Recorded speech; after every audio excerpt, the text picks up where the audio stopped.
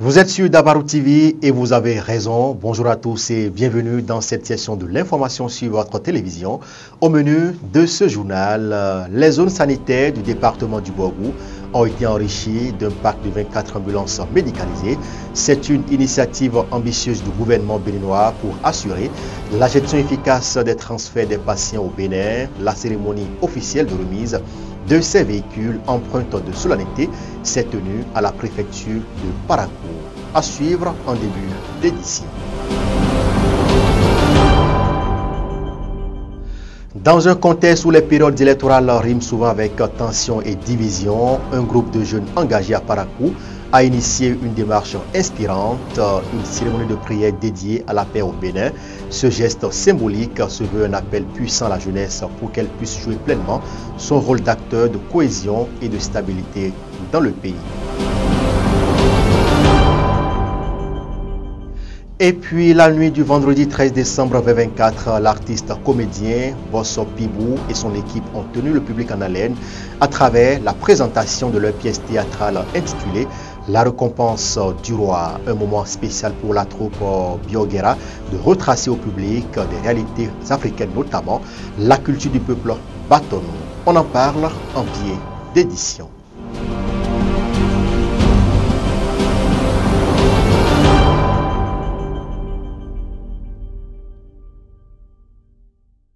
Et voilà pour le sommaire. Bonjour et bienvenue. Si vous nous rejoignez, ouvrons ce journal par cette information. Les zones sanitaires du département du Borgou disposent désormais d'un parc de 24 ambulances médicalisées. Cette initiative portée par le gouvernement béninois vise à renforcer la prise en charge des patients lors des transferts sanitaires. La cérémonie officielle de remise de ces véhicules s'est déroulée à la préfecture de Parakou. On suit ce reportage qui porte la signature de Sabiou Chabi. Adam. Merci. Le préfet Djibril Maman Sissé procède à la remise officielle d'ambulances aux formations sanitaires du département du Borgou.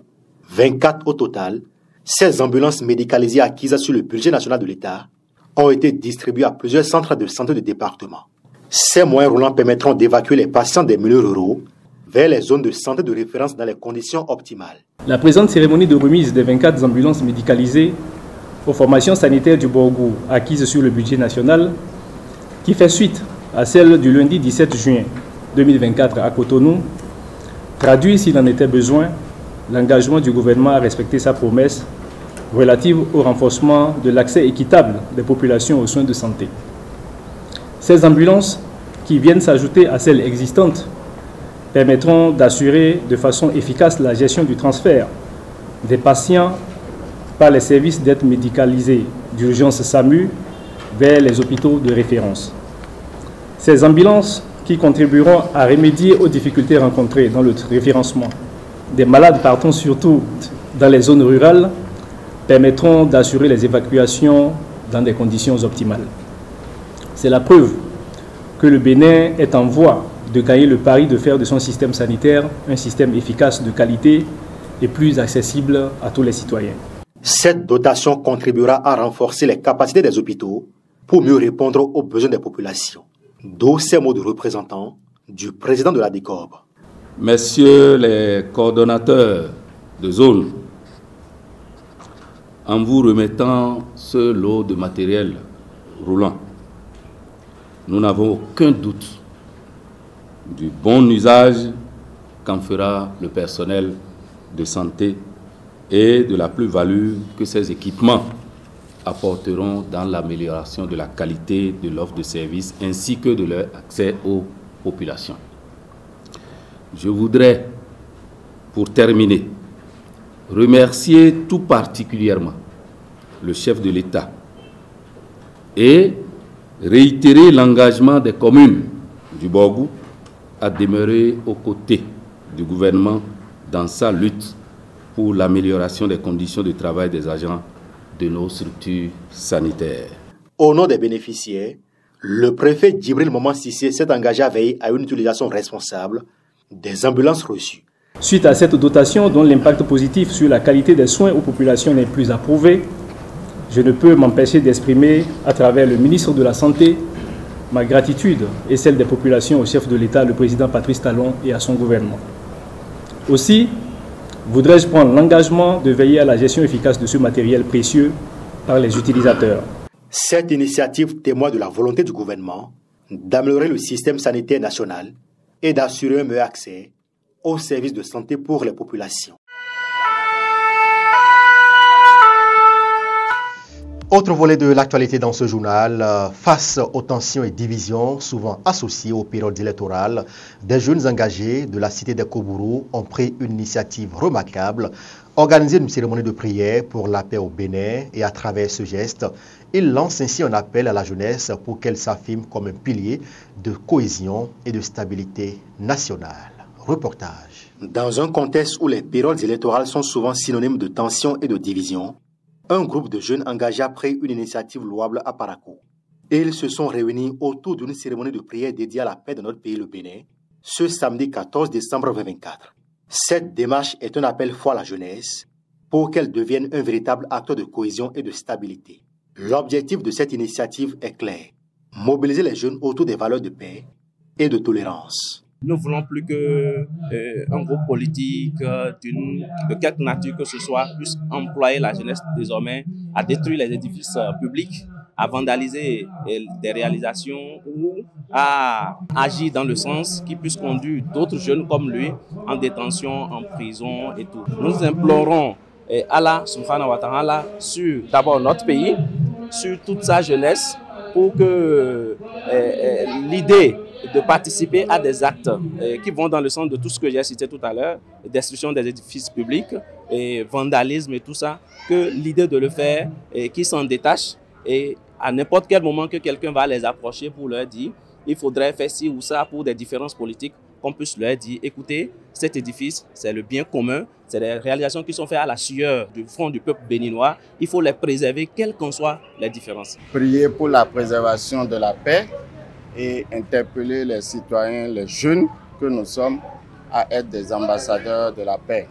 C'est l'objectif même de l'initiative et nous pensons qu'il fallait demander la clémence divine afin que la paix règne dans le Bénin.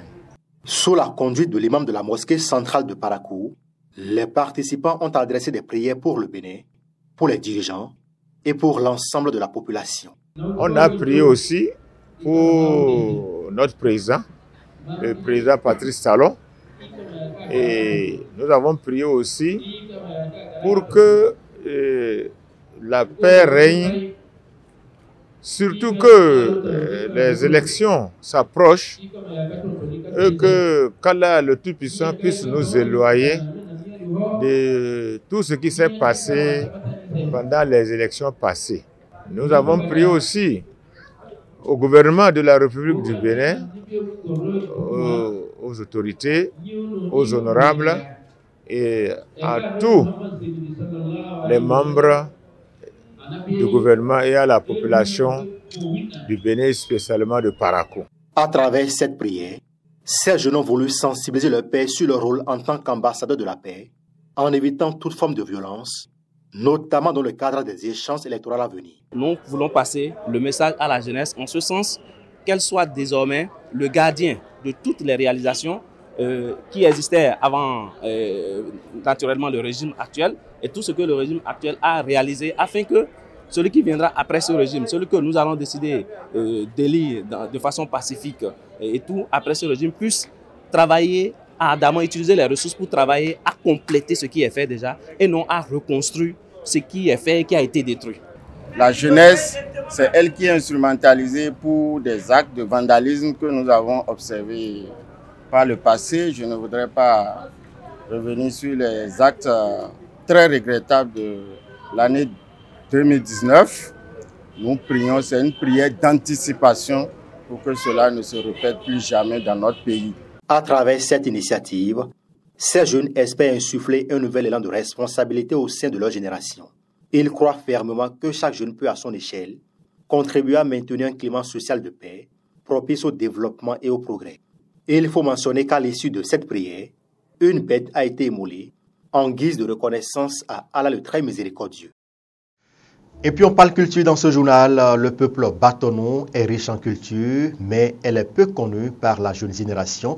La troupe Bioguera vient donc de révéler à travers la pièce théâtrale La récompense du roi, devant un public visiblement surexcité par l'humour. Les artistes Bosso Pibou, Nyon Seko, Mora Barouba et Souno Bokoudouari ont retracé la culture, les valeurs et la tradition du peuple Batonou. C'était ce week-end à l'Institut français de Paracourt. On suit ce reportage de Eman Moussou.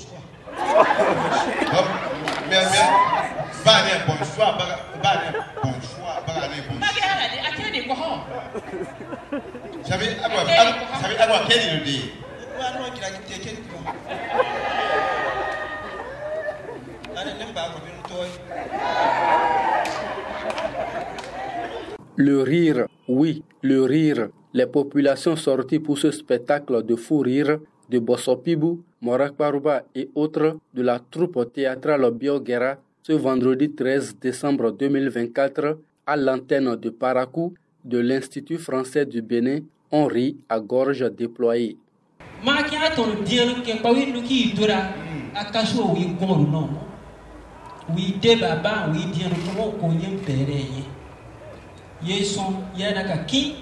Ben titi iman kano ye ki ben dunia waru so ne shiro buku duari bebe ku de ye dan pan kafa 1 4 kafa 2 4 kafa 3 4 kafa 4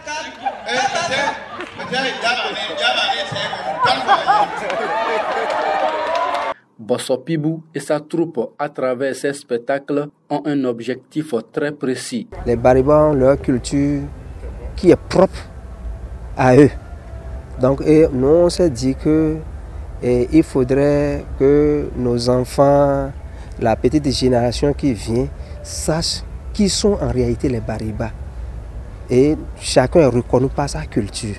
Et c'est pour cela que nous sommes en train de développer notre culture. On a parlé de la récompense, parce que tout ce que nous semons doit être récolté. Donc on a parlé de la récompense. Et on a parlé aussi de l'ingratitude et de la méchanceté. Ce premier spectacle du grand retour sur scène de la troupe théâtrale Bioguera a abordé des thématiques éducatives et enrichissantes. C'est vraiment éducatif et ça fait ressortir les faits réels de la société. Vous avez vu, vous pouvez être de la même famille et ne pas vous aimer. C'est apparu dans ce qui a été montré.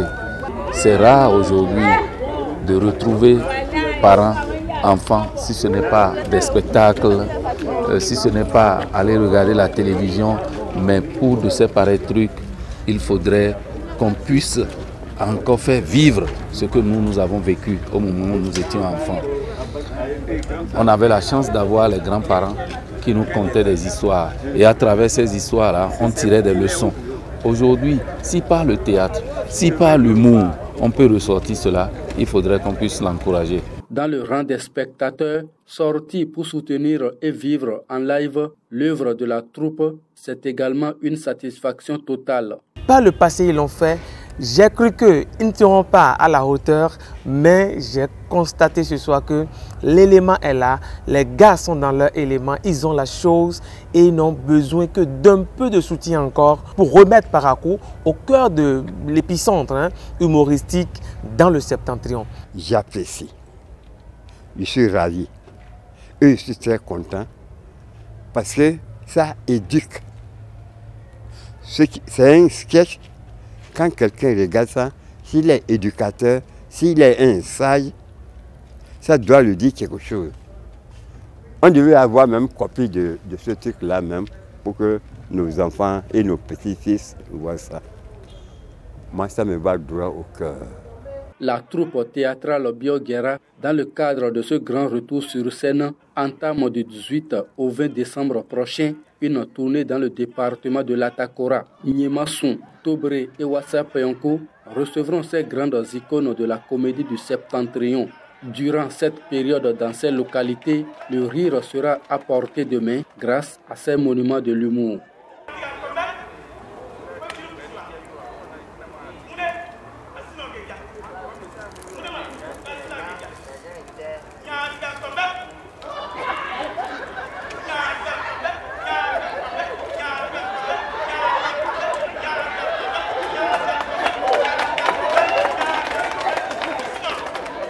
Merci à nos reporters pour ce compte rendu. Les informations sur le continent à présent au Mali.